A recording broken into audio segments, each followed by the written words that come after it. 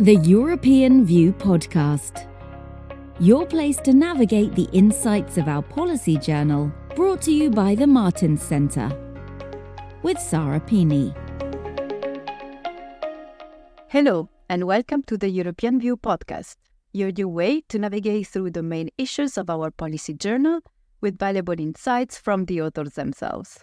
I'm Sara Pini, Senior Research Officer at the Martens Centre, and I'm happy to welcome today's guest, Paul de Beer, Professor of Industrial Relations at the University of Amsterdam and an expert for the Dutch Advisory Council on Migration. Thank you very much, Paul, for joining us. You're welcome. You wrote an interesting and actually quite provoking article in the latest issue of the European View that, by the way, our listeners can find, as usual, on our website, martenscenter.eu, which was titled Labour Migration as a Solution to an Aging Population. And I think the question mark at the end of the title is quite significant because basically the entire article is questioning the widespread assumption that labour migration is key to mitigate the impact of aging on our societies, especially wealthy societies. What do you think are the limits of this argument? Yeah, actually the argument is very simple. Labour migration is not the solution to an aging society, simply because migrants will get older and contribute to aging in the long run themselves. So you cannot stop the aging of, for example, the European society by moving people from one country to another. And then you might say, well, okay, perhaps we should look for labour migrants from outside Europe. Then the same problem might happen because many countries outside of Europe are also aging. But there's a further problem, I think, and that is that even if labour migration may contribute to mitigating the effects of an aging society in the short run, it will never be sufficient to counteract the effects of the strongly increasing group of persons who are aged above the retirement age. The effect of aging is that strong, especially in Europe, that you can never compensate that with more migrants. And there have been made some calculations which show that if you really would like to, for example, stabilize the ratio between the retired population and the people of working age, then you would not be talking about millions of labor migrants in Europe, but about hundreds of millions, or perhaps even a billion of migrants. And of course, that's not realistic. Okay, so if migration is not the answer, what other policy tools can government use to tackle the effect of demographic change on things like the level of welfare or on the sustainability of public provisions? Yeah, actually there are a lot of things that governments can do and partly are already trying to do, but I think they could do even more than they've been doing up to now. Actually, the main point is, of course, that the number of people who retire are not given. They are not determined by demographic changes. They are partly, or perhaps even strongly, determined by government decisions regarding, for example, the retirement age. Well, many countries in Europe are already involved in raising the retirement age. And if that really means that people work longer, you have two effects at the same time. So that you have more people who contribute to the economy and therefore also pay taxes for the welfare state. And on the other hand, you have a smaller number of people who claim, for example, pension benefits, and therefore the welfare state may also become cheaper. So that's actually the most effective way to counter the effect of an aging society, simply make sure that people work longer. I know that is not popular among the population in general, but it is effective if you try to do it. But there are also other measures. One obvious measure is that people in the age groups below the retirement age may work more hours. That's especially relevant for a country like the Netherlands, where half of the population is working part-time. So if the part-timers would work more hours, that would also contribute to producing more goods, getting more income, and being able to pay more taxes. Another option is that you say, well, part of the problem is the increasing demand for care, long-term care in particular. Well, long-term care can be provided by professional nurses and caretakers, which have to be paid partly from tax income, but it can also be provided by people themselves, by people who do voluntary work, who are able to take care of their parents, for example, which already, of course, is a quite common phenomenon, but you can also try to stimulate it. And finally, what you can also do is try to, reduce the use that older people make of this provisions of the welfare state. The most simple way is to cut, for example, pension benefits. Again, that would not be popular, but it would also be an effective way to reduce cost. And on the other hand, you could raise taxes so that people contribute more. So there are many things that governments can do. The only problem is that actually none of these measures is popular. But at the same time, we know that labor migration, is also not very popular among the European population in general. So politicians have to make a choice, and each choice they will make will probably not be supported by the whole population. And of course, that's the responsibility of politicians, then to make choices and to convince the population that the choices they made are the best choices. Yeah, clearly not popular, anything for what you're proposing, and so very difficult to implement. But we have to realize, you said, the responsibility of politicians. But okay, let's put aside the demographic perspective. But what are the benefits or the shortcomings of a large-scale labor migration on the labor market itself? Yeah, actually, it's quite difficult to give a general answer to that question because it depends strongly on which migrants are coming to a particular country. And in my opinion, the discussions about labor migration are too often focusing on labor migration in general without explaining what kind of migrants we are talking about and what kind of jobs they're going to perform in the host country. And it makes a lot of difference whether you try to attract high-skilled labor migrants with specific qualifications which are lacking in a particular country, and then you can employ them on vacancies for which is now very difficult to find adequate and qualified workers. And that will certainly have a positive effect on the economy and might also help in a better functioning labor market. But if you, on the other hand, try to attract especially low-paid labor migrants who perform low quality work with a low productivity, that may not add much to the economy. And in that case, the problem might be that there are also they might put pressure on the bottom end of the labor market. It might mean that in the low wage sectors, the low paid sectors, there's more supply of labor migrants, and that will have a downward pressure on wages. And therefore, the incumbent workers, especially low-skilled incumbent workers who often have a low pay, may experience competition from those labor migrants, and that may hurt their position. And then, of course, it may also result in a larger inequality, because who are the people who benefit from those labor migrants who perform low-paid and low-productive work?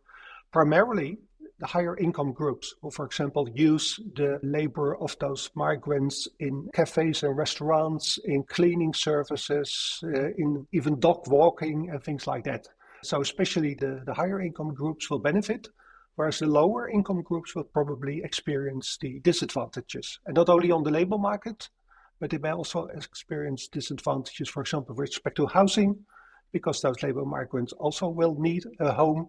They may experience large groups of labor migrants who live in their neighborhood, and therefore they may not feel as much at home anymore in the neighborhood if many people do not talk their language anymore, etc., etc. So the negative social effects of more labor migration might also mainly be felt by part of the population with low incomes and who do not have very good labor opportunities themselves. Okay, so basically it's nuanced. It's not all black and white. We have to check case by case, right? While I was doing my research for this podcast, I was looking at the website of the Advisory Council on Migration, and I found several mention of a broad prosperity or a broad welfare perspective applied to migration policy. Can you explain me what this mean? Yeah, it simply means that you have to look at more effects of labor migration than only the economic effects and labor market effects, but you should look at broad societal effects. I already mentioned the problem of housing.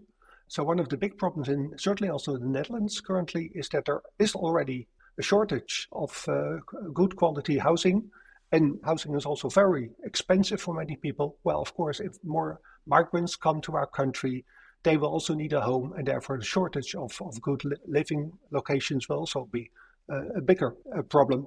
But there are more things like that. Usually also very important that people are able to integrate in a country, learn the language, participate in civil society, things like that. And all those things might be influenced by a greater influx of labor migrants.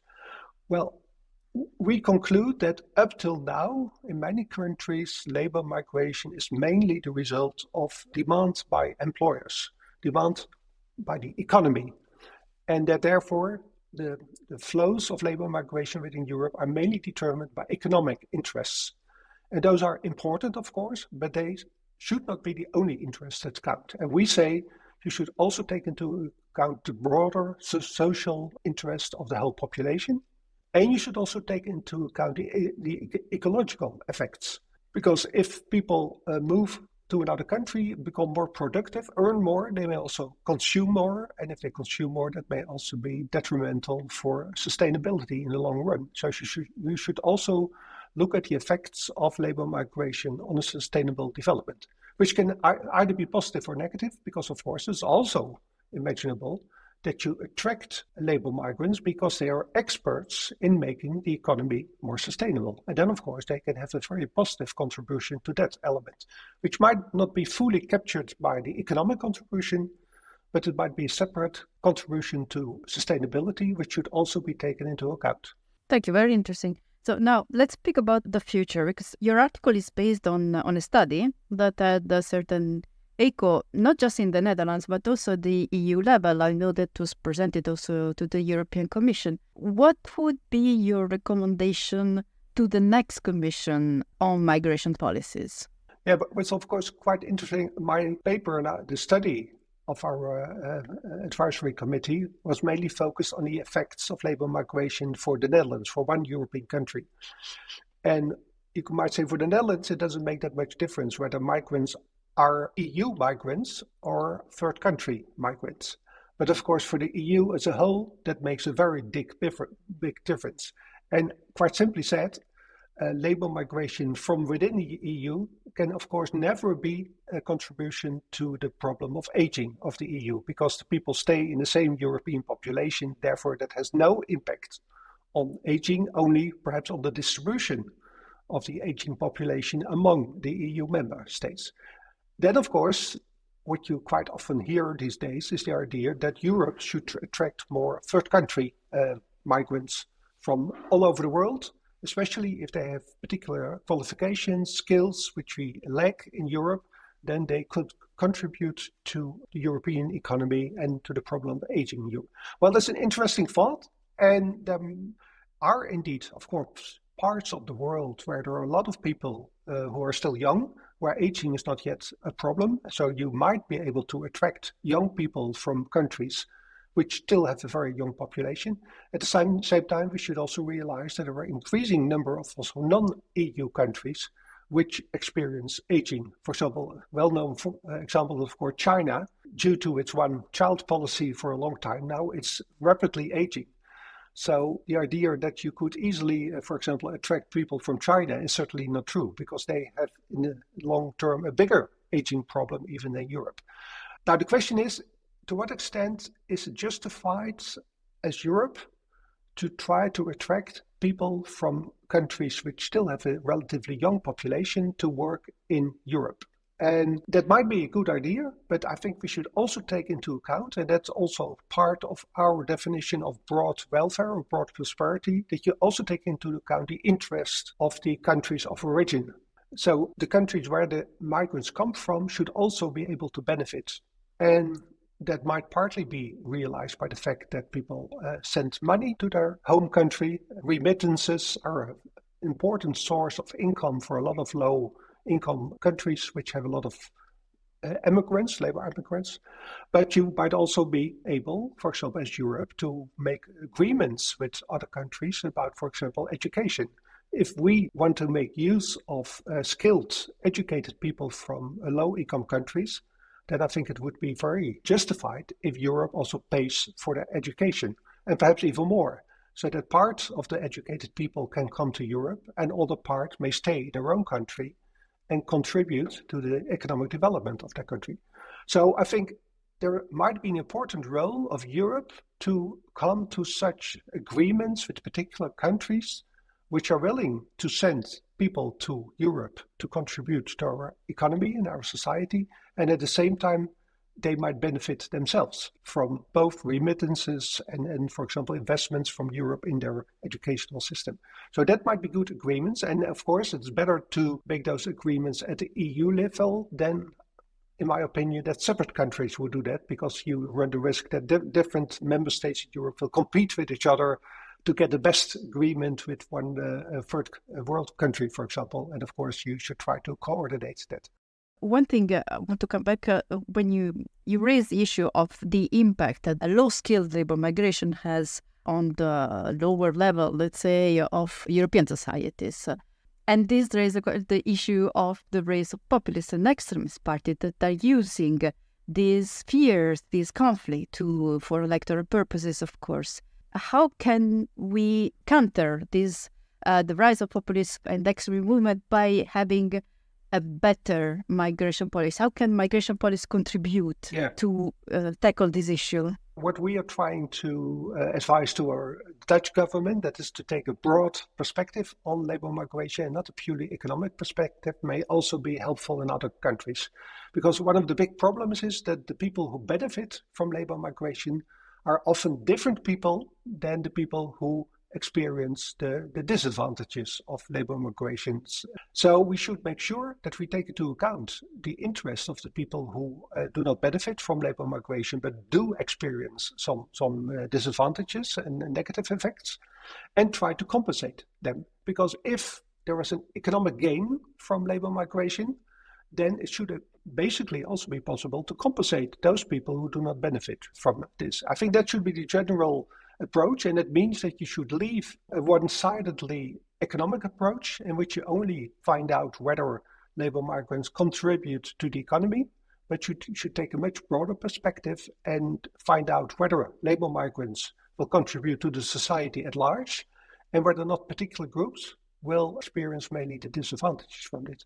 And I think that most of the negative sentiments regarding labor migration are caused by the fact that, indeed, a lot of people do not benefit from the labor migrants, but do experience a lot of negative effects from it. And if you can compensate them for them, or make sure that the ones who benefit also are the ones who experience the negative effects. For example, why should labor migrants not get a home among the richer part of the population? So if you want to have cheap services in cafes and restaurants, or a dog walker, then why shouldn't the dog walker be your neighbor, instead of that the dog walker needs to live in a neighborhood where mainly low income people live? Well, I think such a broad approach, which involves much more than only the labor market and the economy, might contribute to a more balanced impact of labor migration on the whole population. And I hope that might be helpful in, countering the populist sounds that we should get rid of all migrants. Thank you very much. So basically, you're discontenting everyone. Working more, raising taxes, having social housing in a rich neighborhood. That's great. I like this kind of debates where, you're provoking ideas. So thank you very much for joining, and thank you for these insights. You're welcome.